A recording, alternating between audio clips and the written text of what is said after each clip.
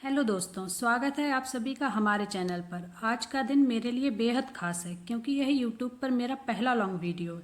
सच कहूँ तो मैं जितनी एक्साइटेड हूँ उतनी ही थोड़ी नर्वस भी। लेकिन आपका साथ है तो डरने की कोई बात नहीं। अगर आप यूपीएससी, स्टेट पीसीएस या किसी भी एग्ज़ाम की तैयारी कर रहे हैं या फिर सिर्फ भारत के नागरिक होने के नाते देश को बेहतर समझना चाहते हैं तो आपने दो शब्द बार बार सुने होंगे, कॉन्स्टिट्यूशन एंड पॉलिटी। अक्सर लोग इन्हें एक ही मान लेते हैं, लेकिन क्या सच में ऐसा है? आइए कुछ मिनट्स में हम इस सस्पेंस को बहुत आसान तरीके से ख़त्म करने वाले हैं।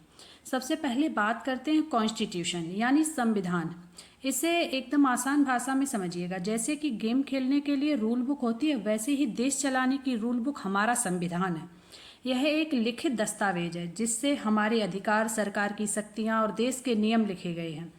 यह पूरी तरीके से थ्योरी है, यानी जो लिखा है वही संविधान है।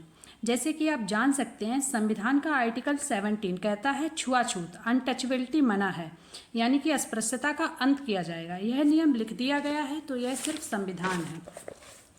अब आते हैं पॉलिटी यानी राजव्यवस्था पर। अगर संविधान रूल बुक है तो उस रूल बुक के हिसाब से मैदान में गेम खेलना पॉलिटी है।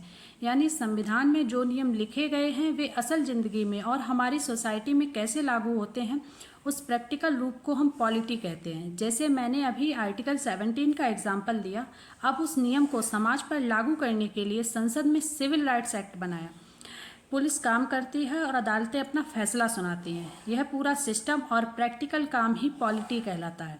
अगर हम दोनों की तुलना करें तो कॉन्स्टिट्यूशन स्टैटिक है जबकि पॉलिटी डायनेमिक है। सरल शब्दों में कहें तो संविधान शरीर है तो राजव्यवस्था उसकी सांसें। बिना संविधान के राजव्यवस्था नहीं चल सकती और बिना राजव्यवस्था के संविधान सिर्फ एक किताब बनकर रह जाएगा। तो दोस्तों, यह था संविधान और राजव्यवस्था के बीच का सबसे आसान फ़र्क।